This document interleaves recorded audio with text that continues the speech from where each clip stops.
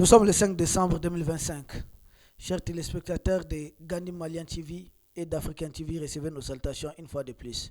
Bienvenue dans le cadre de l'émission Parole aux Africains. Aujourd'hui, nous débattons du thème portant sur l'Algérie et le Mali. Algérie et le Mali, pourquoi? Parce que le ministre des Affaires étrangères de l'Algérie n'a cessé de faire des déclarations ces derniers temps. Des déclarations appelant à l'apaisement des relations entre le Mali et Alger. Pour entrer en profondeur, décrypter, savoir quels sont les contours, qu'est-ce qui fait dire ça au ministre des Affaires étrangères de l'Algérie? A-t-il agi par émotion ou c'est vraiment un projet bien préparé de la part des autorités algériennes? Comment est-ce que l'Est doit s'y prendre? Pour cela, nous avons trois invités qui ne sont plus à présenter. C'est des familiers de ces plateaux. Docteur Madou Silla Traoré, bonjour et bienvenue. Bonjour, Général. Bonjour à mes deux co-débatteurs. Bonjour à l'ensemble des téléspectateurs de Gandhi Malien. Et bonjour aussi à toi particulièrement, Issa, pour ton courage, pour tout ce que tu fais pour la nation. Et surtout l'éveil de la conscience, ça c'est assez salutaire. Et permettez-moi, avant d'entendre de tout propos, de saluer quelqu'un qui est loin d'ici, qui est à plus de 10 000 bornes d'ici. J'ai nommé par là M. Siaka Doumbouya, qui est aux États-Unis, à Maryland, et qui suit toutes les semaines l'émission Parole aux Africains. Et d'ailleurs, il nous a fait la gentillesse de nous envoyer quelques présents. Oui. Et Issa peut témoigner. Et Gandhi Malien aussi, vraiment, ça va droit au cœur. Monsieur Doumbia, merci encore, merci pour tout. Ok, merci beaucoup à Monsieur Doumbia. Professeur Sekou Semen Touré, bonjour et bienvenue. Bonjour Général, bonjour à Gandhi Malien African TV, bonjour à Koulibaly, à Docteur, co-débatteur, bonjour à l'honorable Château, qui est vraiment une femme battante, qui fait tout ce qu'elle peut aussi pour le pays, et surtout à notre Fatou Doucouré, qui suit et qui nous appuie vraiment dans l'organisation de cette émission. Et bonjour à tous les téléspectateurs. Merci beaucoup, professeur Touré. Doyen, bonjour et bienvenue. Bonjour Jawara, bonjour à mes co-débatteurs, bonjour à tous les travailleurs de Gandhi Malien African TV, bonjour, un coucou à Fatou Doucouré. Un coucou à Fatou Doucouré. Bon, droit de naissance oblige. Nous restons, les doyens gardent la parole parce que Alger, le ministre des Affaires étrangères l'a dit une fois, ça fait une deuxième fois qu'il est en train de dire, peut-être c'est même plus que ça, qu'il est en train de dire qu'il y a la main tendue d'Alger et qu'il s'agit de deux peuples frères. Nous on ne comprend pas. Soudainement, mais au même moment, les groupes terroristes pro-Algériens sont en train de se réunir quelque part non loin de chez nous, sont en train de continuer leurs actions. On ne comprend pas. Doyen, vous êtes très expérimenté parmi nous aussi, nous ici au plateau. Pensez-vous que cette main tendue d'Alger est vraiment une main sincère? Absolument pas.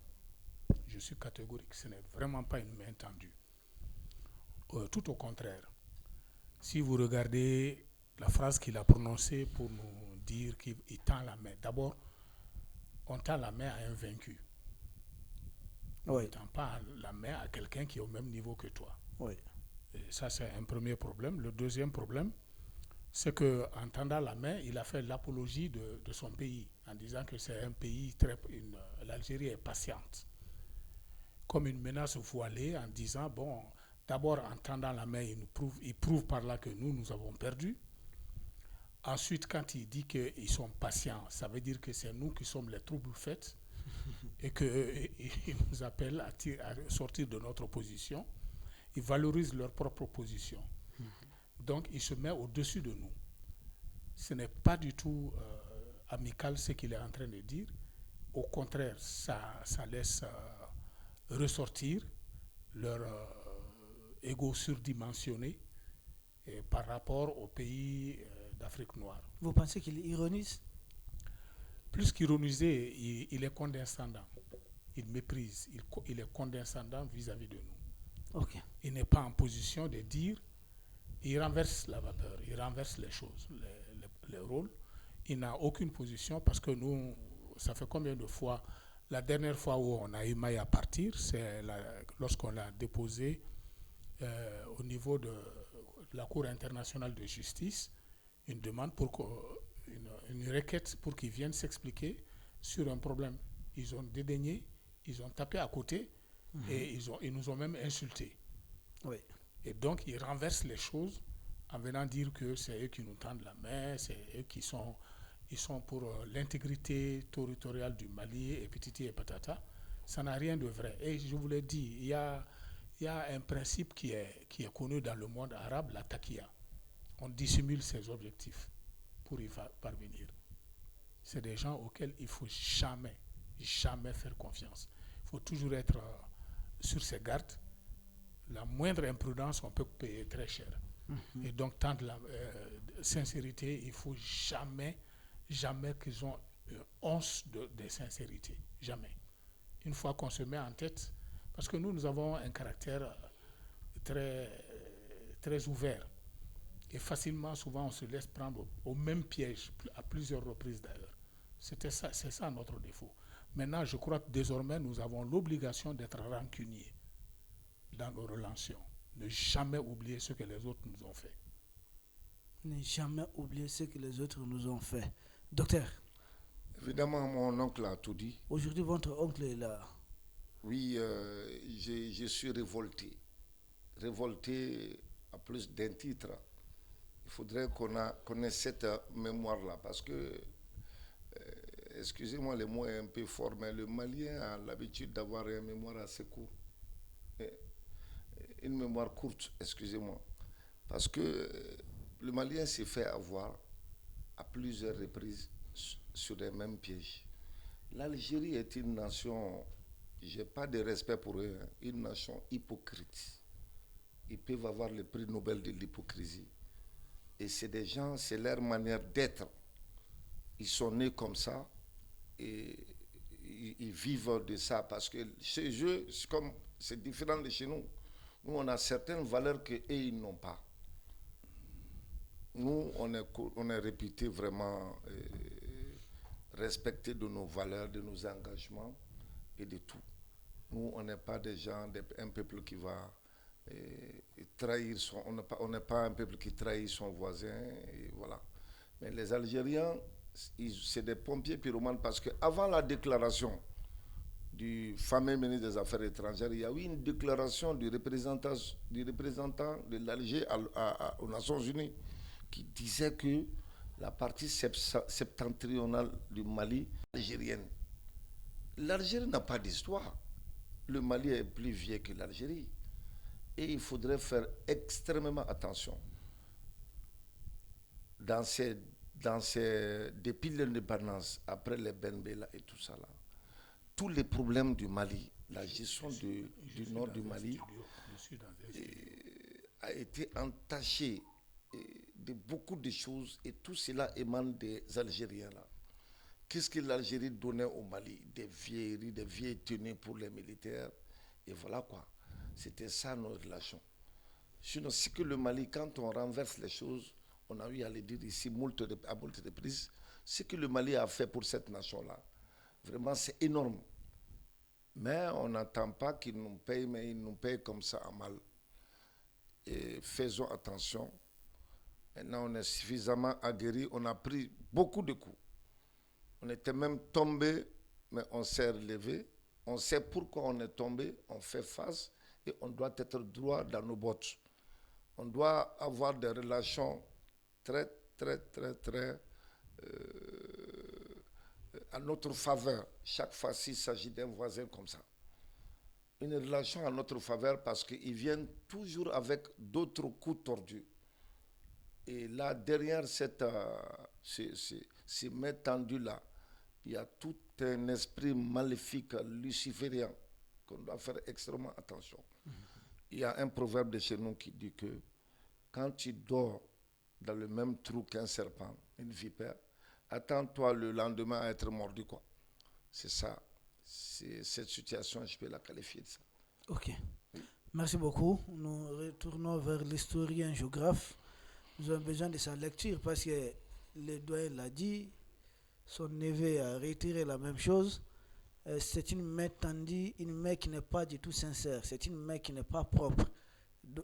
Professeur Touré, pourquoi Alger va nous tendre une main qui n'est pas du tout propre? Et d'ailleurs, Alger ne mérite pas de nous tendre la main, on doit se tenir la main. Normalement, c'est ça. Parce que le doyen le dit, nous tendre la main, c'est comme si nous, on était des vaincus. Votre lecture là-dessus? Ok, merci général. Donc, géographie oblige. Je vais d'abord donner la superficie de l'Algérie, Oui. qui fait 2 381 741 km². Donc, ça veut dire que c'est un très vaste territoire et qui a à peu près plus de 45 millions d'habitants. Donc, qui est entouré par le Mali, la Mauritanie, la Libye, le Maroc, la Tunisie. Donc, l'Algérie se trouve dans cette position géographique. Pour revenir à votre question, c'est que, en fait, même de façon diplomatique, dire que l'Algérie tend la main au Mali, comme le doyen l'a dit, c'est insultant pour le pays, en fait. Ça ne se dit pas, parce que c'est deux nations qui sont voisines, et chacun a une gestion autonome de son espace. Mais qu'est-ce qui se passe dans le cas de l'Algérie? L'Algérie, avec toutes ces crises répétées au Mali, qui sont d'ailleurs sponsorisées par l'Algérie, l'Algérie a été toujours un pays médiateur. Ils se sont donné ce rôle, ils se sont finalement attribué cette fonction. C'est cette fonction-là qu'ils exercent au Mali. Ce rôle de médiateur donne des activités à la diplomatie algérienne sur la gestion du Mali. Donc ça veut dire que c'est comme ils sont devenus aujourd'hui, c'est eux les pères qui donnent de l'éducation et qui donnent des directives à leurs enfants, et les enfants, c'est qui? C'est le Mali. Mais malheureusement pour eux, depuis l'arrivée de nos 5 vaillants militaires à la tête du pouvoir, disons même depuis que la population malienne a pris la gestion du Mali entre ses mains, ce rôle a été arrêté à partir de de l'annulation de l'accord de 2015 qui a été signé entre le Mali et les États et la SEMA, la coordination des mouvements Touareg. Donc, depuis que cet accord a été arrêté par le Mali et qui est nul et non avenu, l'Algérie a perdu une fonction dans la diplomatie malienne de cette mainmise-là. Donc maintenant, qu'est-ce qui se passe? Ils se retrouvent dans une situation de faiblesse, en fait. Parce que c'est grâce à la mainmise qu'ils avaient sur la diplomatie malienne à partir de cette partie septentrionale, sur la gestion des ressources de cette partie, que la France a même un peu de respect pour l'Algérie. Mais malheureusement, aujourd'hui, cette diplomatie est arrêtée. L'Algérie qui avait créé le Moujao, parce que le Moujao a été créé par l'Algérie, pour gérer et déverser tous les turbulents de l'Algérie et ceux qui peuvent s'aimer le désordre chez eux, pour les maintenir sur le territoire malien. Et aujourd'hui, avec la montée en puissance de l'armée malienne, l'Algérie commence à avoir des situations difficiles. Mais puisque habituellement c'est mon enfant, ils pensent qu'ils peuvent toujours continuer à nous appeler leurs enfants, c'est pourquoi ils parlent de main tendue. Sinon, il n'y a pas de main tendue. Il y a des préalables que l'Algérie doit régler d'abord. La question de drones, la question de nos terroristes qu'ils hébergent chez eux, la question de la gestion de la frontière entre le Mali et l'Algérie, la question de la gestion des ressources du Mali dans la partie septentrionale. Ça, ce sont des questions que l'Algérie doit régler d'abord, avant de parler de quoi que ce soit, avant que les deux diplomaties ne trouvent la nécessité de se rencontrer et discuter. Donc, il n'y a pas de main à tendre ou de dos à donner, parce que nous ne sommes pas leurs enfants, nous ne sommes pas à leur charge, et notre diplomatie ne dépend plus de la diplomatie algérienne, comme ça se faisait par le passé, où l'Algérie s'est fait passer par médiateur, et le ministre des Affaires étrangères de l'Algérie était toujours le numéro 1 de la gestion de cette crise au nord, même plus que le ministre des Affaires étrangères du Mali. Donc, tous ces rôles étant perdus, que l'Algérie vienne pour dire une main tendue, comme Koulibaly l'a dit, une main tendue pour des gens qui sont à genoux, non.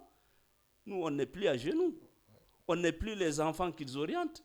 On n'est plus ce Mali qu'ils gèrent à leur guise dans la partie septentrionale. Aujourd'hui, il faut qu'ils comprennent qu'ils ont aussi la question du Kabylie chez eux et dans laquelle le Mali peut jouer un rôle important.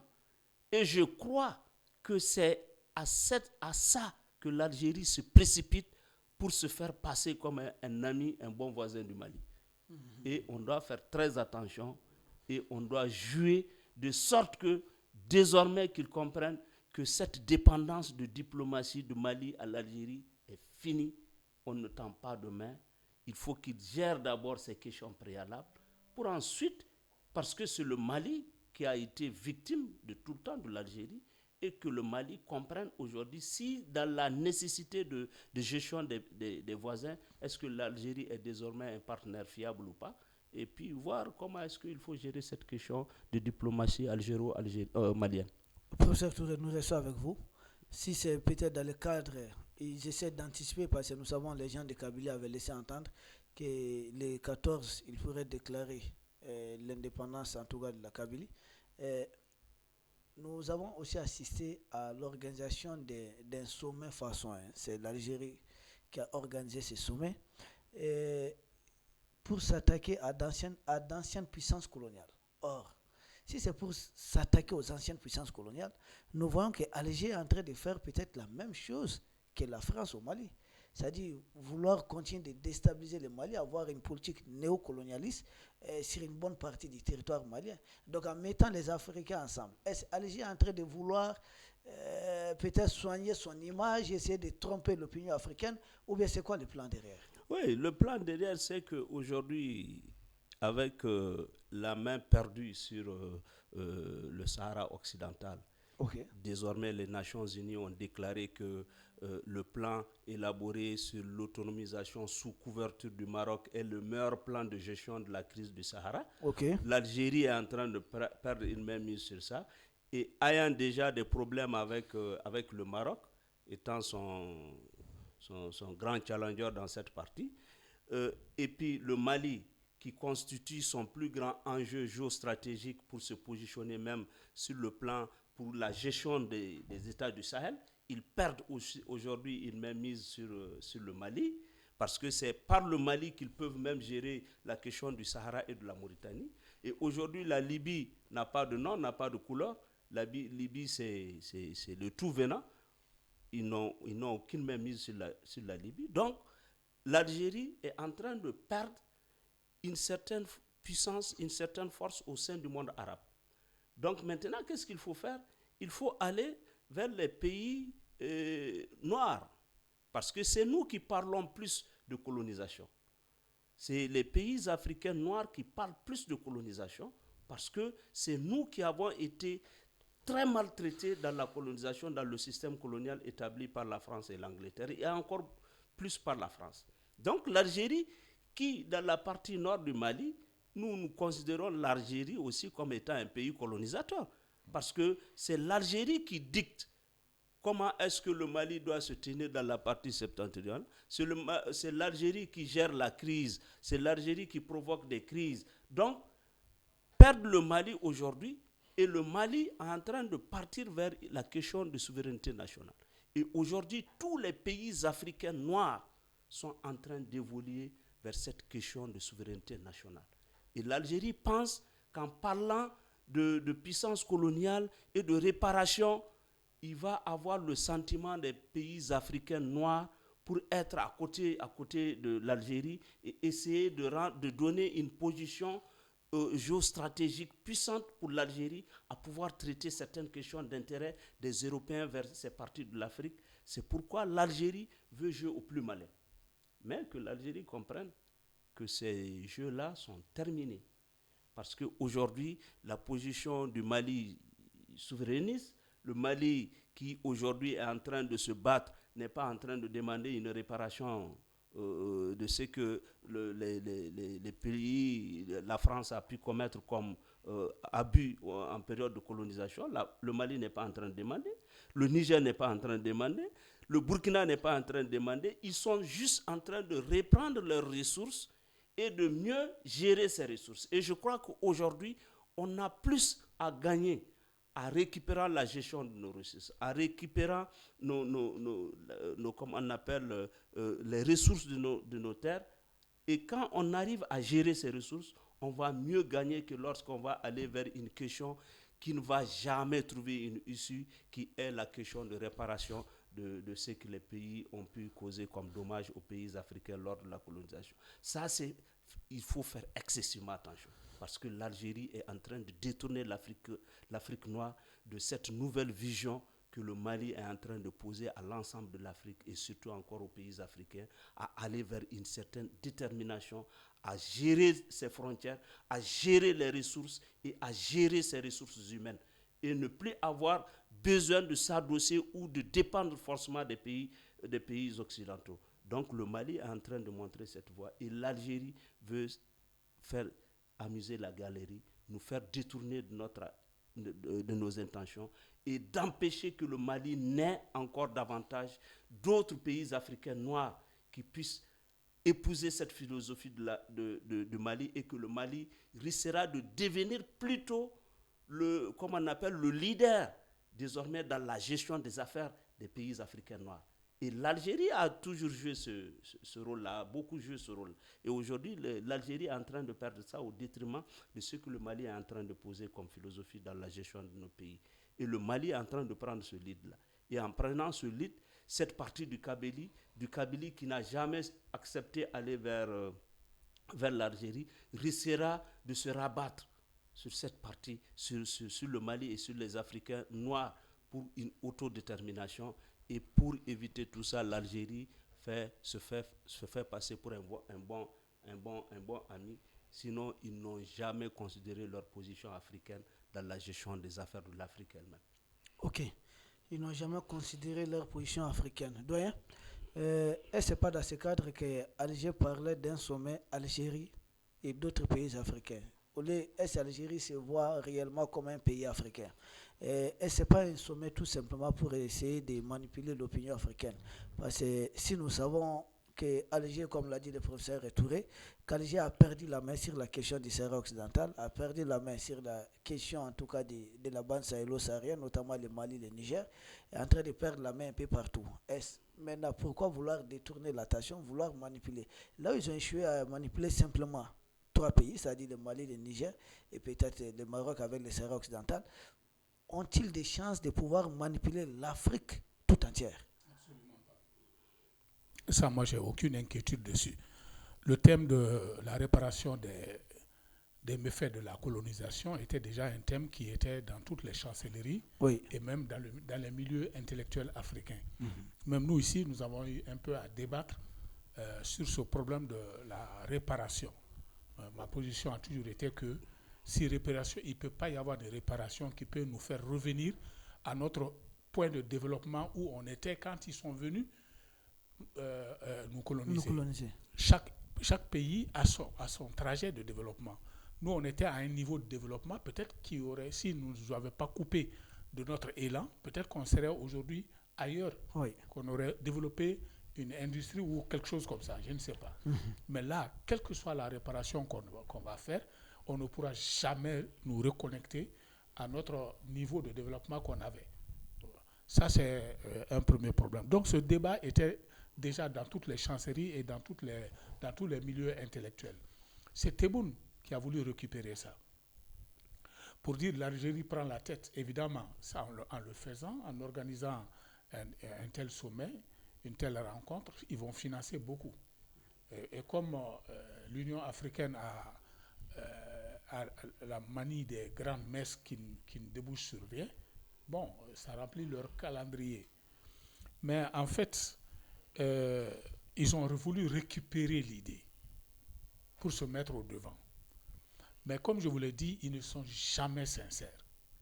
En récupérant l'idée et en se mettant devant, ils en ont profité pour mettre leurs différends les différends qui les opposent à beaucoup de pays. Comme il l'a dit, le Sahara occidental, ils l'ont mis là-dedans. La tentative est chose, le problème du Sahara, des pays du Sahel, ils l'ont mis là-dedans. La Palestine, ils l'ont mis là-dedans. Donc ils ne bougent pas d'un iota. Après avoir pris une déculottée face au Maroc, où les États-Unis et même l'ONU ont approuvé le plan marocain pour le règlement du problème du Sahara occidental. En fait, les gens, on n'a pas dit que c'est pour le Maroc, mais c'est ce plan qui a été approuvé. Et quand un plan est approuvé ils ont une folie de ces choses-là. Aujourd'hui, il y a deux choses qui les tiennent éveillés. Ils ne peuvent pas dormir. Le Maroc et le Mali. C'est deux choses qu'ils ne peuvent pas, pour lesquelles qui leur donnent des insomnies. Maintenant, ils en profitent pour mettre toujours, sinon la réparation des dommages causés par la colonisation. D'abord, on saute une étape essentielle. Avant de parler de la colonisation, il y a d'abord eu la traite des Noirs, où l'Algérie, qui réclame son arabité, a participé. Les Arabes qui sont venus là-bas, je ne parle pas de l'islamisation, mais l'arabité. Ils sont venus, ils ont fait beaucoup de dégâts chez nous, 17 millions de victimes selon les estimations. Bon, ça c'est un premier point, ils l'ont sauté. Mais après l'islamisation, mais ils ont occupé des terres qui n'étaient pas les leurs, les Arabes qui sont venus.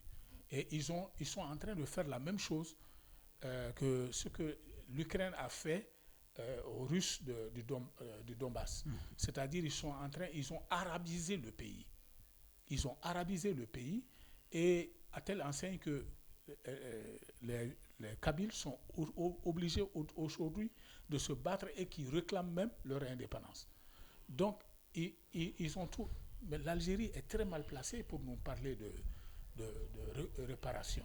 Très, très mal placée. Ouais. Encore que dans son entourage, elle est en train de commettre des gestes, des problèmes inimaginables vis-à-vis du Mali, vis-à-vis du Niger, oui. Où ils soutiennent et ils déversent chez nous leur fonds de terrorisme. Oui. Voilà, et ils les maintiennent chez nous. Donc, ce n'est pas l'Algérie qui peut nous parler de réparation. Oui. Encore que personne ne leur a donné. Et moi, je crois que l'organisation la plus mal embarquée, c'est l'Union africaine. Comment ils ont récupéré, même si vous vous souvenez, la dernière fois où le Conseil de sécurité s'est réuni sur la sécurité au Sahel, le président de l'Union africaine a évoqué ce problème de réparation. Le représentant de l'Algérie tout de suite a enchaîné quand il a pris son discours que non, ce n'est plus la peine parce qu'ils ont déjà cette affaire en main. Vous voyez comment ils veulent écarter tout le monde pour être ceux qui gèrent cette affaire. Donc, il faut faire extrêmement attention. Mais quand ils disent quelque chose, il faut pas regarder la surface, on va au-dessous. Ils ont récupéré le mouvement. Ça n'ira nulle part parce que l'Algérie est l'une des républiques, l'un des pays les plus haïs aujourd'hui en Afrique noire, que les gens n'aiment pas du tout. Et donc, ils récupèrent, ils profitent d'une tribune pour faire plaider leur propre cause. Voilà. Et donc, docteur, comme vient de conclure ton oncle, Alger veut simplement soigner son image auprès des on des dit Africains. Là où règne l'ordinaire, l'extraordinaire n'a plus sa place. Mais des co-débatteurs ont tout dit. Je les écoutais, j'ai porté beaucoup d'intérêt à ce qu'ils disaient. Exactement, l'Algérie, je disais que c'est la nation la plus hypocrite. Maintenant, ils sont devenus comme un alcoolique invétéré qui délire quoi. Ils ne savent même pas là où aller, ils n'ont pas de repères. Ils ont perdu le Sahara occidental. Ils sont, en phase avec aucun de leurs voisins, que ce soit le Mali, le Niger, et voilà. Et c'est une nation qui a toujours été connue par ses petits coups bas, son caractère versatile. Et tout le monde connaît depuis les années 1990, quand le problème algérien de démocratie est survenu, où Abbassi, Madani et Ali Belhaj avaient gagné les élections. Donc, et on les a empêchés de prendre le pouvoir parce qu'ils étaient islamistes. Et toute la guerre a commencé. Et ils ont pacté avec ces islamistes-là en venant les garer au niveau sud de l'Algérie qui correspond à notre nord. Et pratiquement tous les problèmes de cette zone est allé. C'est devenu une zone de no man's land où on faisait tout trafic de tout acabit, de drogue et tout ça là. Et l'Algérie même, on le sait, les généraux qui dirigent les pays, ils sont comme ça. Et le pouvoir politique n'est qu'un pantin. Tebboune même n'est qu'un pantin parce qu'il est là. Il ne dirige pas grand-chose. Donc vouloir s'accaparer de cette histoire de réparation, quelle réparation? Parce que chacun a reçu une dose de la colonisation. Et ce qu'ils ont reçu et ce que nous avons reçu, ce n'est pas la même chose. On n'était même pas les mêmes types de colonies. Parce que nous, on était supposés être des colonies d'exploitation, pure et dure. Et ils étaient des colonies de peuplement. Donc, ce n'est pas les mêmes choses. On ne peut pas être mangé dans la même soupe. Donc, qu'ils gardent leur rencontre là-bas parce que, comme on a eu à le dire, l'Union africaine n'est une caisse à résonance. Ils les traînent là-dedans quand ils ont un peu de sous là-dedans, ils gardent, et voilà. Ils se mettent en rang derrière l'Algérie, non. Maintenant, nous, on a compris. Et l'hégémonie géopolitique, géostratégique de l'Algérie sur le Sahara est révolue, quoi. L'Algérie n'est plus rien. Ils sont devenus comme voilà, une fête sans musique, quoi. Voilà. Ok. Ils n'ont plus de goût. Merci beaucoup. Oui. Docteur, nous restons d'ailleurs avec vous. Les terreurs du FLA, Oui. qui sont parrainés par la France et l'Algérie. Oui. Cette semaine, il y a eu beaucoup de bruit, où on a vu des images, voire même des vidéos des gens qui revendiquaient avoir participé à cette réunion en Côte d'Ivoire. Mais nous voyons le porte-parole du gouvernement Ouattara sortir, essayer de nier, sans peut-être nier, parce qu'il parle des drapeaux derrière ces gens. Il reconnaît la présence de ces drapeaux. Or, ces drapeaux, ce n'est pas les drapeaux d'un pays, comme il est dit. C'est le drapeau d'un groupe terroriste. Est-ce que ces gens se sont réunis en Côte d'Ivoire, oui ou non? Et les terroristes du FLA sont en Côte d'Ivoire, oui ou non? Mais la question ne se pose même pas. La question ne se pose même pas. Et les images ont parlé, tous les médias ont dit, et même ils le disent. Donc, quand le représentant du gouvernement ivoirien est sorti pour parler de ce problème, je pense que le mot est un peu dur. Le monsieur là pense que les Maliens, à la place de notre cerveau, il y a du sable fin, quoi. Et tout le monde connaît la position ivoirienne par rapport à la crise malienne. Tous ces problèmes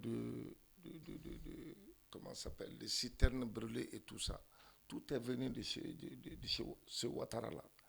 Donc, il n'a qu'à faire extrêmement attention, ce monsieur, parce qu'il y a l'autre réveil de la médaille, quoi. Moi, je me pose la question, jusqu'où va aller leur méchanceté?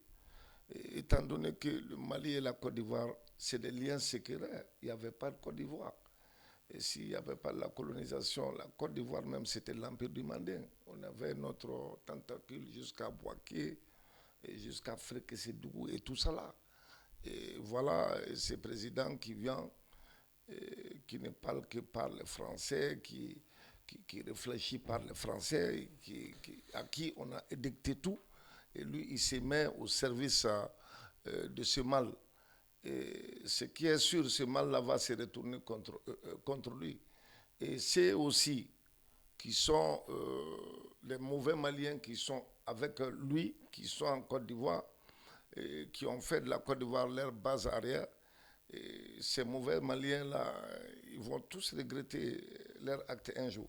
Parce que c'est une histoire de recoucher. Ce n'est pas Ouattara lui-même, mais les patrons de Ouattara qui les engagent. À un moment donné, ils adoptent beaucoup de stratégies. Si les Blancs, si le colon utilise un plan A, ce plan A n'a pas donné d'effet, il part à un plan B. Et ainsi de suite, ainsi de suite. Et si tous ces plans-là échouent, ils n'ont pas encore honte d'aller de jeter à la poubelle tous ces gens-là et de revenir négocier. Parce que quelque part, dans un sommet, on a eu à le dire que le président Macron était pratiquement à genoux devant le président sud-africain. Et même au Niger, les gens ne savent pas. Ils sont en train de négocier pieds et mains là-dedans. Mais ça ne va pas bouger. Ok. Oui. Merci beaucoup, ça ne va pas bouger. Professeur Touré, les porte-parole du gouvernement ivoirien dit que ça pouvait être de l'intelligence artificielle, mais par endroit, il reconnaît qu'il y a eu un drapeau là-bas, ce qui risque de balayer déjà sa thèse. Et nous avons vu aussi le groupe Terreau, le groupe du FLA publier un communiqué pour remercier les autorités ivoiriennes de leur hospitalité, tout en y avoir tenu une réunion. Mais remercier pour l'hospitalité, ça veut dire qu'ils étaient présents là-bas. À quoi jouent les terreaux du FLA et le régime ivoirien? Très bien. Donc, si vous me permettez, je vais faire une petite parenthèse sur la question d'Algérie par rapport à la réparation de la colonisation. Allez-y. Parce que le docteur l'a rappelé, parce qu'on a tendance vraiment à oublier cet aspect. Parce qu'ils sont en train de faire une amalgame entre arabes et musulmans. Alors que la première traite négrière que les Occidentaux même ont trouvée ici, c'était la traite négrière arabe, et qui a causé beaucoup de dommages pour les Africains. Et les Arabes de l'Algérie en ont participé parce qu'eux, ils sont venus d'ailleurs pour s'installer là-bas. Sinon, l'Algérie même appartient aux Kabyles. Et c'est pourquoi ils ont été maltraités. Et quand vous allez voir dans la géographie, vous allez voir que les Kabyles sont dans des parties très accidentées de l'Algérie où les conditions de vie sont pratiquement très difficiles.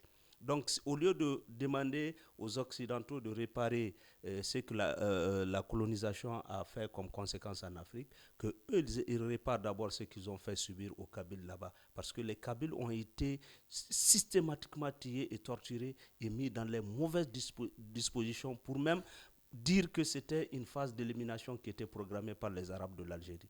Donc ça, c'était une parenthèse que je voulais. C'est d'ailleurs toujours le cas. Hein. C'est toujours le cas. Et donc, ils ont mieux à réparer chez eux que de vouloir demander à ce que les Occidentaux réparent ce qu'ils ont fait dans les pays noirs africains. Et aux Africains noirs de faire la part des choses. Et à l'Union africaine, parce que nous, aujourd'hui, on ne fait pas partie de l'Union africaine. En tout cas, jusqu'au dernier truc, l'Union africaine ne nous considère pas dans ça. Donc, nous, on n'a pas de problème avec ça. Et d'ailleurs, je suis pas... Bon, je vais sortir un peu de ma peau de présentateur, peut-être apporter une petite touche. L'Algérie a été longtemps occupée par les Ottomans, qu'on appelle actuellement les Turcs. Et nous voyons la liste dressée, qui sont aujourd'hui nos alliés quand même. Mais ils n'ont pas fait cas des Ottomans qui ont occupé une bonne partie de l'Afrique. Et donc, comme si les Ottomans n'avaient rien à réparer, comme s'ils n'avaient pas colonisé une partie de l'Afrique. Ça, c'était entre parenthèses aussi, il faut rajouter. Oui, merci de cette parenthèse, parce que c'est vraiment une question qui doit être traitée de façon spécifique, cette question-là. Et je crois qu'on aura l'opportunité de vraiment... D'ailleurs, de faire une émission uniquement sur ça. Une émission uniquement sur ça, parce que ça permettra aux pays africains noirs de ne pas tomber dans la malice que l'Algérie est en train de... et dans le piège que l'Algérie est en train de préparer pour l'Afrique noire. Parce que déjà, du côté des Arabes, l'Algérie est rejetée et l'Algérie n'est pas considérée. Donc, ils font face à l'Afrique noire et je crois qu'on doit leur expliquer exactement tous ces paramètres-là. Donc, pour revenir un peu à votre question par rapport au FLA qui était en Côte d'Ivoire, parce que nous l'avons dit ici et par plusieurs fois, nous avons dit qu'il faut réveiller les sociétés civiles africaines. Il faut que nous, au niveau de la Côte d'Ivoire, au niveau de tous les autres États, que les sociétés, comme on appelle les sociétés civiles, ceux qui gèrent un peu le pouvoir des populations et qui se battent pour les intérêts des populations, se mettent vraiment dans un dispositif à mieux comprendre de ce qui se passe dans leur terre. Sinon, les autorités sont complètement noyées. Ils sont complètement noyés. Et aujourd'hui, nous parler de l'intelligence artificielle, non, ils jouent plutôt avec nous, notre intelligence. Mais ceux qui ne savent pas, c'est que nous avons de l'avance sur eux. Et sachant qu'aujourd'hui, l'Algérie a perdu aujourd'hui la mainmise sur la partie nord du Mali, parce que l'armée malienne est montée, équipée pour contrôler cette partie. Aujourd'hui, la France même a compris que pour déstabiliser le Mali, il faut passer par le côté autorité politique. Et pour avoir le côté autorité politique, il faut se rapprocher de Bamako. Et c'est de quel côté on peut se rapprocher? C'est du côté de Sikasso, parce que la Côte d'Ivoire peut servir de base arrière pour que ces terroristes-là, qui ne cherchent pas d'azawa de terre en réalité, qui sont là juste pour jouer le trouble-fête à la faveur des intérêts de la France. Donc, se retrouver en Côte d'Ivoire, c'est comme un nouveau terrain pour eux.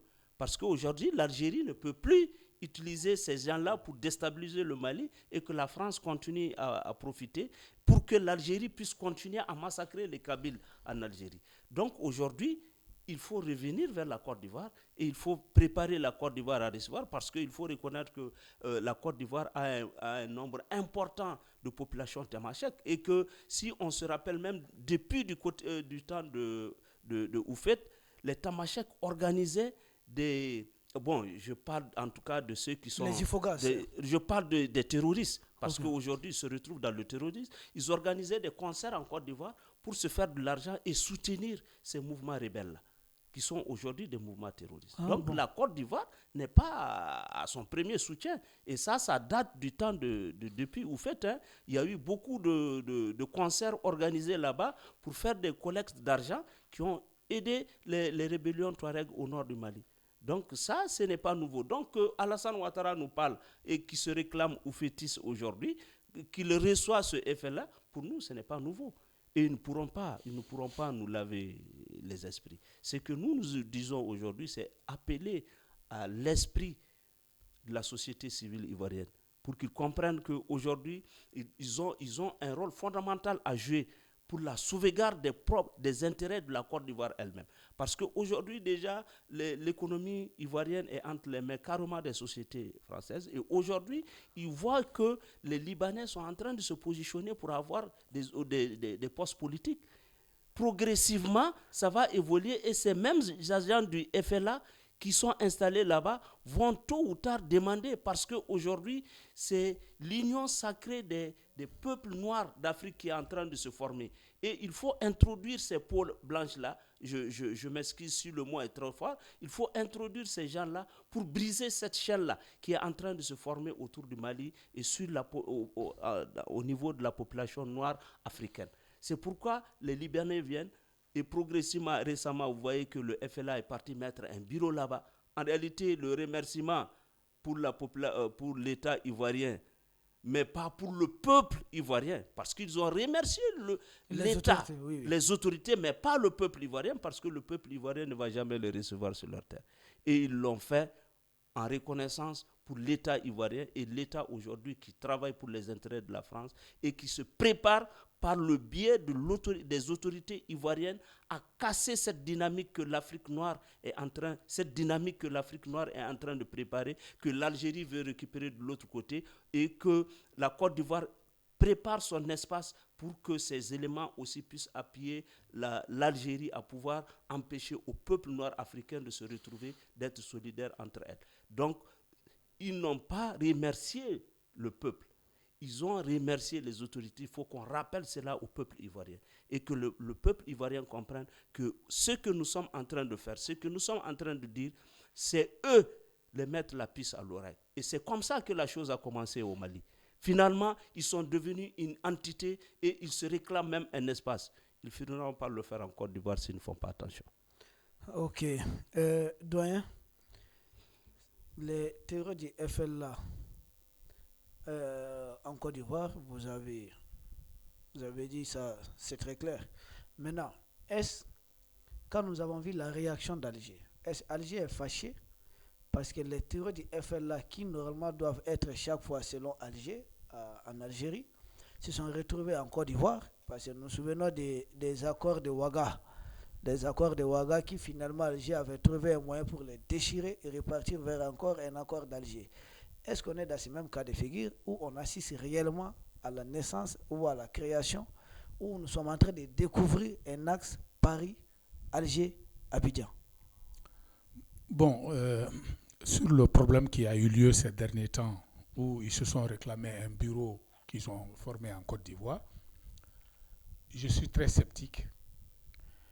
Et je ne peux pas dire exactement c'est vrai ou c'est faux.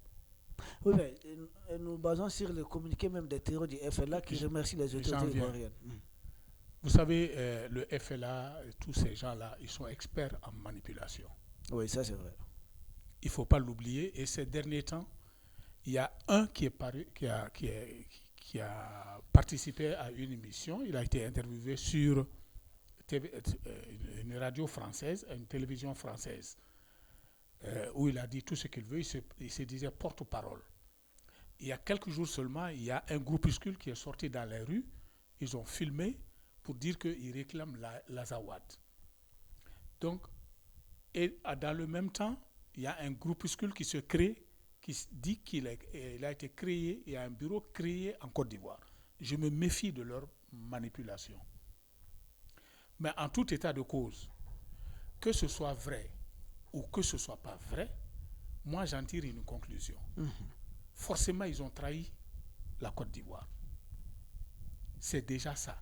Ils ont trahi la Côte d'Ivoire en agrandissant le fossé de confiance entre le Mali et la Côte d'Ivoire.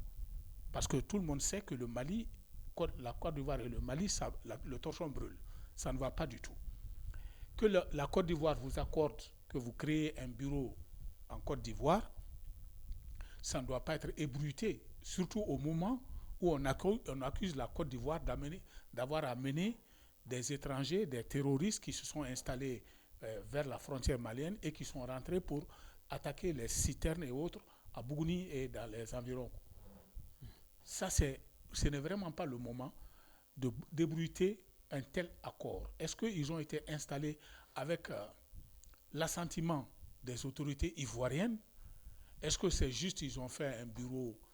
Est-ce qu'ils sont même là-bas? Parce qu'ils ont pris le soin de décorer leur plateau de manière à ce qu'on ne laisse pas, nous fasse croire qu'ils sont en Côte d'Ivoire. C'est quoi? C'est les bouteilles d'eau minérale qui étaient dessus, que tout le monde a regardé, qui sont de fabrication ivoirienne. Mais au-delà de ça, qu'est-ce qu'on a dans le tableau, le fond de tableau, qu'est-ce qu'on a aperçu d'autre, sinon le drapeau, qui est leur drapeau et que le porte-parole du gouvernement ivoirien a confondu avec le drapeau d'un pays. Ça, cette mise en scène me pose des questions. Maintenant, moi, je ne regarde que la conséquence. C'est ce que j'ai dit. Est-ce que c'est vrai? Est-ce que c'est faux? Dans tous les cas, le gouvernement ivoirien a été obligé de sortir pour s'expliquer, ce qui ne fait plaisir à aucun gouvernement sur cette affaire-là. C'est pourquoi je me méfie de leur manipulation. Mais ce que je reproche à la Côte d'Ivoire, c'est que j'ai eu l'impression qu'il y a un peu de précipitation, un peu de panique. Pourquoi? Ça veut dire qu'ils n'étaient pas au fait que ces gens allaient, s'ils se sont installés avec leur accord, ils n'étaient pas au courant qu'ils allaient publier ça. Donc c'est trahir une confiance que la Côte d'Ivoire, peut-être les autorités, si elles sont au courant, leur ont accordé. Ça, c'est un premier fait. Mais le deuxième problème, c'est que ils sont en train de miner nos relations, qui sont déjà au plus bas avec la Côte d'Ivoire. Ce que je reproche aux Ivoiriens, c'est cette panique-là. Quelque chose c'était simplement, la Côte d'Ivoire, c'est 322 468 km² ou 62 km². C'est vrai, c'est pas vaste, mais c'est boisé, c'est des forêts. Et en 2 ou 3 jours, faire des enquêtes et savoir que ce n'est pas là-bas, il y a une précipitation quelque part. Moi, j'aurais compris que le porte-parole du gouvernement dise, bon, il y a quelque chose qui a été allégué, nous ne sommes pas au courant, mais nous allons amener des enquêtes pour approfondir, pour savoir qu'est-ce qui se passe. Est-ce que c'est vrai, est-ce que c'est faux? Parce que quelqu'un peut s'installer chez eux sans qu'eux, ils soient au courant. Ils peuvent se réunir simplement et dire, nous mettons un bureau en place pour les gens du Nord Mali qui sont ici, un petit groupe, et puis, paf, c'est parti. Ils en font un élément de manipulation. Et donc, je crois qu'en tout état de cause, il faut se méfier. Mais je n'exclus pas que ce soit là-bas, qu'ils soient là-bas. Ce qui veut dire que la Côte d'Ivoire doit se rendre compte, si elle était ouverte à ces gens-là, des méfaits que ces gens peuvent leur causer à eux-mêmes. Ça, c'est la leçon que moi j'en tire. Okay. Ce n'est qu'un prémisse de ce qu'ils peuvent faire. Nous revenons vers l'historien géographe. doyen un peu réservé, on comprend aussi sa sagesse. Et dire aussi l'âge, c'est la sagesse. Eh bien, professeur Touré, ces gens sont en Côte d'Ivoire, oui ou non? C'est-à-dire, ça ne date pas de 2025. Vous qui êtes historien géographe, est-ce par le passé, on a déjà enregistré leur présence en Côte d'Ivoire? Oui, c'est ce que j'ai dit. J'ai dit qu'ils ont une forte représentativité là-bas. Ça ne date pas de maintenant. Ça date pas de maintenant. Et je t'ai dit de sources sûres Ok. que pour les rébellions de 90, avant le début de la rébellion, ces communautés ont organisé beaucoup de manifestations en Côte d'Ivoire, à Abidjan, pour avoir des fonds. Et ces fonds-là ont été collectés pour aider la rébellion de 90. Ça, c'est Ça, c'est sûr. Ça, je ne doute pas de la véracité de ça. Okay. Parce que La rébellion de 90. De 90. Donc, c'est une population... Parce que lors de la sécheresse de 73, beaucoup de ces populations aussi ont migré vers là-bas. Parce que vous savez que c'est quand même une population qui a de très belles femmes. Et les Africains noirs aiment bien ces femmes de là-bas. Et beaucoup ont accepté de se marier à ces populations de vers là pour venir vers là pour avoir de l'assistance auprès de leurs parents qui sont restés au village. Donc finalement, ils sont bien implantés par là. Et lorsque vous allez voir, vous allez calculer, il y a plus de Tamashek à Bamako, à Abidjan qu'à Gao. En termes de population et de représentativité, et même en termes de richesse.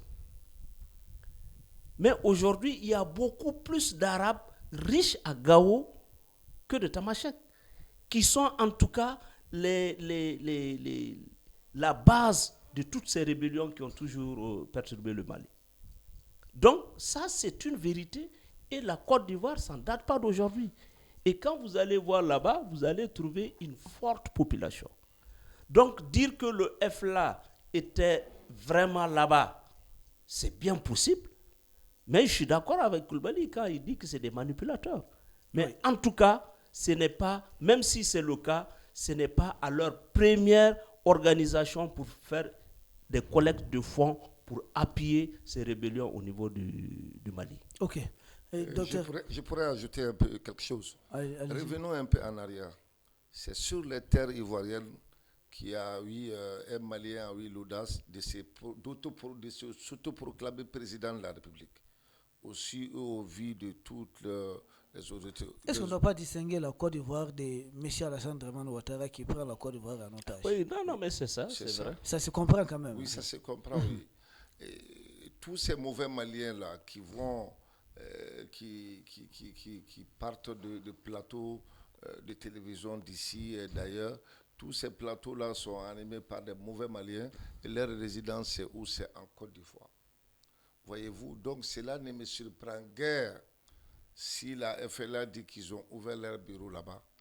Parce que Alassane Ouattara, c'est le plus grand dénominateur commun de tous les mots du Mali, en plus de l'Algérie et de la Mauritanie. Ça, cela va sans dire. Donc tu veux dire le vrai soutien de M. Alassane Dramane Ouattara, sa base électorale, c'est le mauvais fils du Mali, le mauvais fils non, du Burkina? Non, je n'ai pas dit ça. Je n'ai pas dit. Alassane Ouattara, les mauvais fils du Mali, utilisent les sols des Maliens qui sont devenus Ivoiriens, qui ne se voient plus Ivoiriens que les Ivoiriens. Tout à fait, qui se prend plus Ivoirien qu'Ivoirien. Qu'est-ce qu'ils ne disent pas du Mali? Il y a même quelqu'un qui, au moment où on brûlait les citernes ici, ils ont monté une image que j'ai vue et qui m'a fait personnellement très mal, et qu'il y a une vague d'immigration de la population malienne vers la Côte d'Ivoire. Un certain Doumbouya, quoi. Doumbouya. Oui, un certain Doumbouya. Lui, s'il n'est pas malien, il est guinéen. Non, il paraît qu'il a fait son école. Il est malien, il a fait l'esprit ici. Quand l'esprit était ici à la cité UNICEF, là, voilà. Ce sont les premiers étudiants de l'esprit. Maintenant, il est devenu ivoirien? Oui, par la suite, je ne sais même pas s'il est. Voilà, je ne sais même pas. C'est des personnes souvent très hybrides. On ne sait même pas d'où est-ce qu'ils viennent encore, quoi. Mais vouloir dire que je suis malien, je vais dire du Mali dans d'autres pays, c'est parce que les autorités ont accepté. Sinon, ils ne pourront pas aller faire ça. Par exemple, ils ne pourront pas aller, par exemple, quel pays au Sénégal et dire des choses comme ça, non. Ça ne va pas passer. Je voudrais juste souligner Allez-y. que le FLA est une organisation Politico-militaire. militaire. Non, mais je vous en prie, c'est une organisation terroriste tout simplement. Oui, Oui. terroriste. Ouais. Non, c'est ce que je voulais dire. Ah. Pour terroriste. Ben, Tout simplement terroriste. voilà. Ils ne sont pas une organisation Non. politique. C'est une organisation politique. C'est en ça ce que la sens France veut qu'il nous y a- faire Il y a croire. une gestion Quelle gestion doit de leur précaré ou de leurs clients, de leurs adhérents. Ce que je veux dire, Ok, allez-y, doyen. c'est que ce qui est apparu comme vidéo, c'est qu'ils se réclamaient du FLA. Et ça a une connotation politique et terroriste. Et c'est ça le gros problème. Et je crois que quand les gens ont réagi, ils sont sortis pour expliquer que non, en fait, ils ont juste organisé se sont organisés entre eux pour savoir qui sont leurs dirigeants, leurs compatriotes de l'Azawad qui sont. Ils ont voulu désamorcer un peu la chose. Mais le simple fait de se réclamer du FLA à l'heure actuelle est un casus belli. Ok. Merci beaucoup, doyen. Vous gardez la parole d'ailleurs. Nous voulons savoir une avant-dernière chose.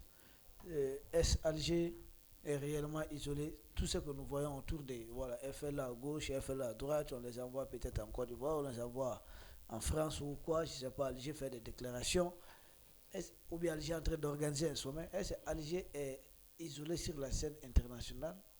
Ou Alger essaie de sortir d'un isolement de la scène internationale, ou Alger a tout simplement peur de se retrouver très isolé sur la scène internationale? Alger est isolé. En tout cas, dans son contexte géographique, elle est isolée. Ok. Alger a des problèmes avec le Mali. Alger a des problèmes avec le Niger. Alger a des problèmes avec la Libye. Alger a des problèmes avec le Maroc.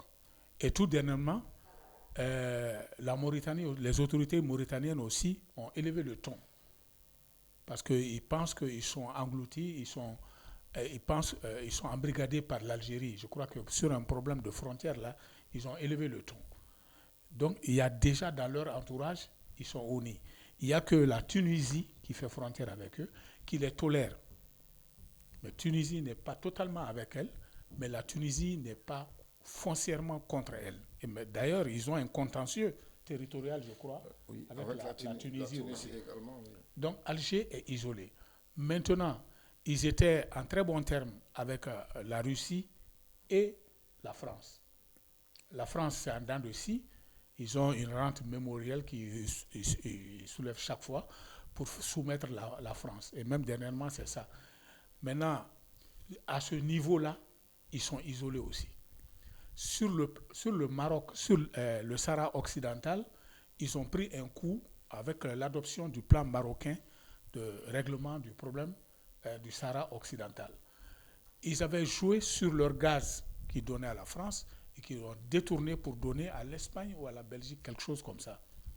Priver la France de leur gaz. Je crois que sur ce coup-là, ils n'ont pas réussi totalement ce qu'ils veulent dire sur le plan économique. Donc, c'est un pays en proie qui est sur des chantiers conflictuels. La Palestine, c'est conflictuel, même avec les États-Unis, avec Israël, avec le Maroc. Le Sahara occidental, c'est conflictuel, parce que depuis des années, ils se battent pour ce petit espace, ce petit territoire, et contre le Maroc. Le Sahel. Ils ont le Sahel dans le dos, c'est une grosse épine. Et le Sahel, ils sont tombés de haut, parce qu'ils étaient pratiquement arrivés à obtenir tout ce qu'ils veulent du Mali. Oui. Tout ce qu'ils veulent. Mais d'un coup, pour avoir été trop gourmands, pour n'avoir pas su tenir leur supplétif, ils ont tout perdu. Absolument tout perdu. Et donc, ils font tout pour essayer de se relever.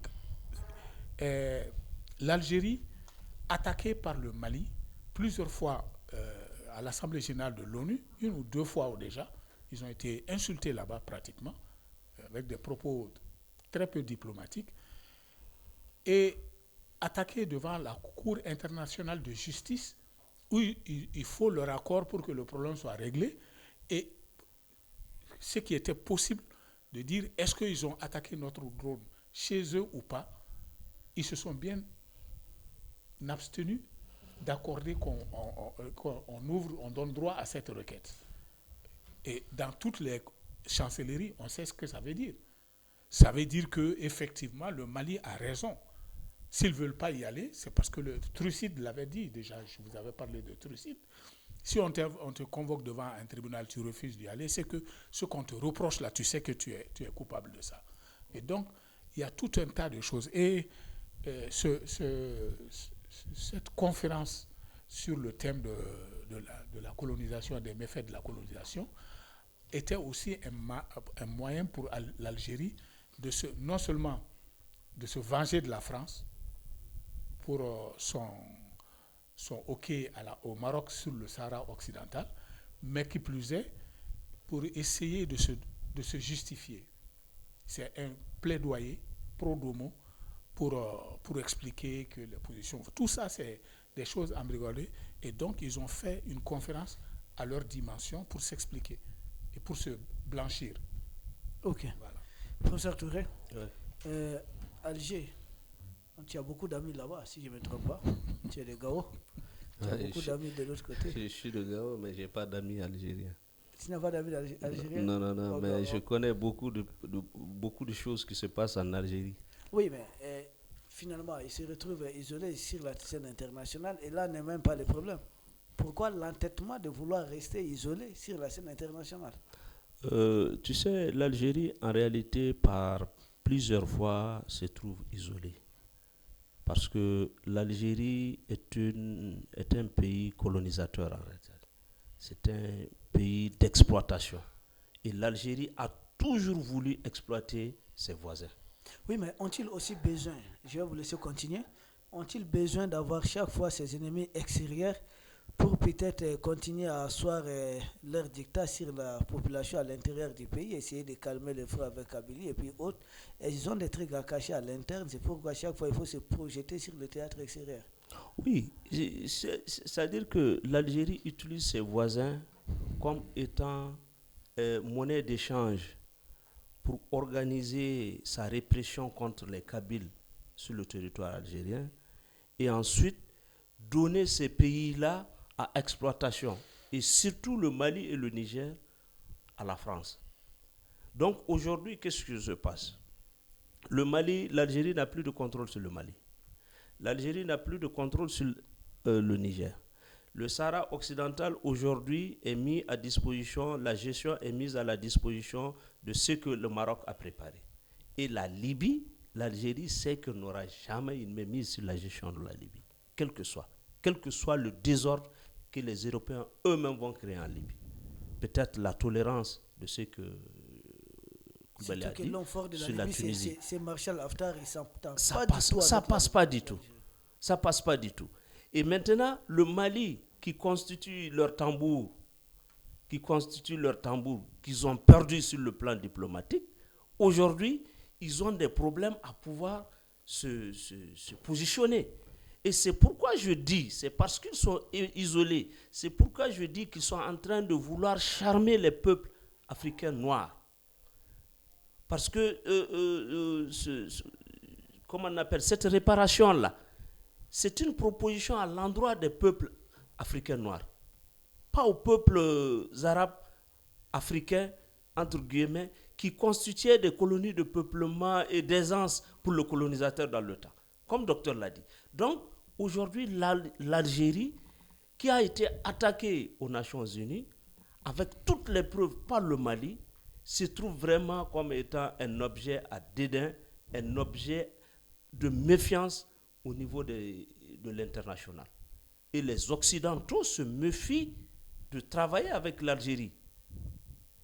Et la communauté internationale se méfie de travailler parce que le Mali a montré par A plus B que l'Algérie est un État sponsor du terrorisme dans cette bande sahélo-sahélienne. Et il faut reconnaître que l'Algérie, de par sa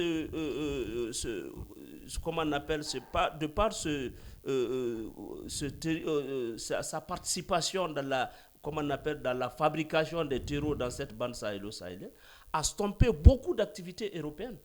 Et beaucoup d'Européens ont été enlevés, d'autres sont même morts. Et aujourd'hui, la source de ces crimes-là reviennent à l'Algérie qui a accepté, sponsorisé ces gens et a hébergé ces gens-là qui ont fait de ces Européens-là des victimes. Et sur la tribune des Nations Unies, le Mali a pu démontrer, et le Mali a même eu le courage de convoquer l'Algérie devant un tribunal qui est contrôlé par les Européens. Qu'ils viennent, d'après les autres, Daloulou contre Daloulou, preuve contre preuve, on va démontrer. Et l'Algérie a refusé, autant que la France. Mais puisque la France a plus de voix en Europe sur le plan international que l'Algérie, la France ne s'est pas trouvée d'abord isolée, mais le tour va arriver à la France. Parce qu'aujourd'hui, le Mali a toutes les preuves pour montrer que la France et l'Algérie sponsorisent le terrorisme. Mais l'Algérie, qui est le maillon faible, va être isolée. Et aujourd'hui, aucune nation à l'international, en tout cas, ne veut travailler avec l'Algérie. Et sachant qu'aujourd'hui, le Mali est en train de gagner le sentiment des peuples noirs d'Afrique. Et sachant que les peuples noirs d'Afrique sont les espaces aujourd'hui qui ont des espaces, comme on appelle, des terres très riches et qui peuvent aider l'économie européenne, se méfient aujourd'hui de l'Algérie pour que ces peuples noirs qui vont bientôt comprendre et qui vont être tous des souverainistes et qui vont avoir comme leadership le Mali, pourront travailler désormais avec, en tout cas, des pays sérieux de l'Europe. C'est pourquoi ils se méfient et chacun se détourne de l'Algérie. C'est pourquoi l'Algérie se retrouve isolée alors que c'est une bataille diplomatique que le Mali a fait, et qui a isolé l'Algérie. Et l'Algérie n'a pas d'autre chance que de vouloir charmer les pays noirs pour qu'ils puissent avoir une intervention auprès du Mali et qu'il soit accepté pour que ça puisse passer auprès des autres. Okay. Donc aujourd'hui, l'Algérie... Je voulais juste, avant que tu lui passes la parole, ils n'ont pas perdu que ce que j'ai dit, ils ont perdu le projet de pipeline transsaharienne qui partait du Nigeria. C'est déjà annulé le projet? Hein? Le projet s'est annulé? C'est bloqué, parce qu'avec le Niger, ils ont tenté de passer, mais pour le moment, ça ne prend pas le bon chemin. Mais ensuite, toutes les ressources minières, surtout en hydrocarbures, qui doivent sortir de cette pentière du Niger et du Mali, pour leur évacuation, le port naturel indiqué, c'est l'Algérie. Ça aussi, c'est quelque chose qu'ils sont en train de perdre. Parce que ça procure des royalties. Donc, non compris l'exploitation dite irrégulière qu'ils faisaient de notre pétrole, ça je ne sais pas, mais de notre or, de notre pétrole, tout ça, c'est des coûts qu'ils ont pris. Okay. Il y a une analyse, ça peut paraître... La dernière question. Non, attends, avant de... Voilà, je voulais quand même... Ok, vas-y. Voilà. Sur l'Algérie, en fait, l'Algérie est une nation décadente, c'est sûr. Évidemment, il y a un aspect que les gens... Touré est du nord de la partie septentrionale, lui, il peut en dire quelque chose. Le commerce entre l'Algérie, le sud de l'Algérie et le nord du Mali rapportait énormément. Et le fait que le comportement de l'Algérie a... En fait, le Mali n'avait pas le choix de fermer les frontières. Et là, maintenant, on ne commerce plus, pratiquement. Et ça contribue à faire augmenter crescendo la pauvreté dans les parties, sud-algériennes. Là-bas, il y a plus d'activité. Tout est au ralenti. Sinon, les Gawa, ceux qui viennent de Gao, excusez-moi, après, tous les jours, on voyait des centaines et des centaines de camions algériens qui inondaient les marchés de Gao, Tombouctou, Tombouctou et tout ça. Et maintenant, ces commerces-là n'existent plus. Moi, j'attribue à l'Algérie un enfant qui déverse de la poussière dans les yeux de tous les autres enfants avec qui il s'amuse. Et là, tu vas rester seul, c'est ça. En bon moment, on dit que ni Bougri qui est cloué, n'ont pas là, et qu'il est cloué. C'est ce qui les arrive maintenant. Donc, ils veulent redonner leur blason en organisant ceci, cela, mais c'est fini. Okay. Si tu vois, en tout cas, quelqu'un qui joue au tambour, un tambourini, qui augmente, qui accélère le rythme des jeux, alors ça veut dire deux choses. Ou le tambour va se déchirer, ou la fête tend vers sa fin. Ok. C'est ça, quoi. Ou la fête tend vers sa fin. Docteur, nous restons avec vous pour terminer cette émission. Pensez-vous qu'il y aurait un jour peut-être des relations apaisées, de bonnes relations de voisinage entre le Mali et l'Algérie? Oui, c'est possible. C'est possible parce qu'il ne faut pas confondre des choses. Peut-être il y a la population algérienne, certaines populations algériennes qui comprennent tout ça et qui comprennent que le destin des nations est lié, surtout quand Dieu a fait de nous des voisins. On ne choisit pas ses voisins, bien vrai que l'Algérie, bon, aujourd'hui c'est des mauvais voisins. Avec le temps, le pouvoir politique peut changer, tout peut changer, la disposition géopolitique peut changer, beaucoup de choses peuvent changer là-bas. Et là, on pourra aller sur des bases plus saines, quoi. Et pour le bonheur de tout le monde. Personne n'a intérêt. L'Algérie n'a pas intérêt à jouer à ces jeux. Pas du tout. Ils se sont tirés une balle sur leur propre pied, quoi. Ok. Oui. Douane, nous restons avec vous. Même question. Comment vous voyez-vous l'avenir Mali-Algérie? C'est une accalmie armée. C'est-à-dire qu'il peut y avoir une pause, il peut y avoir une paix relative, mais c'est une paix armée.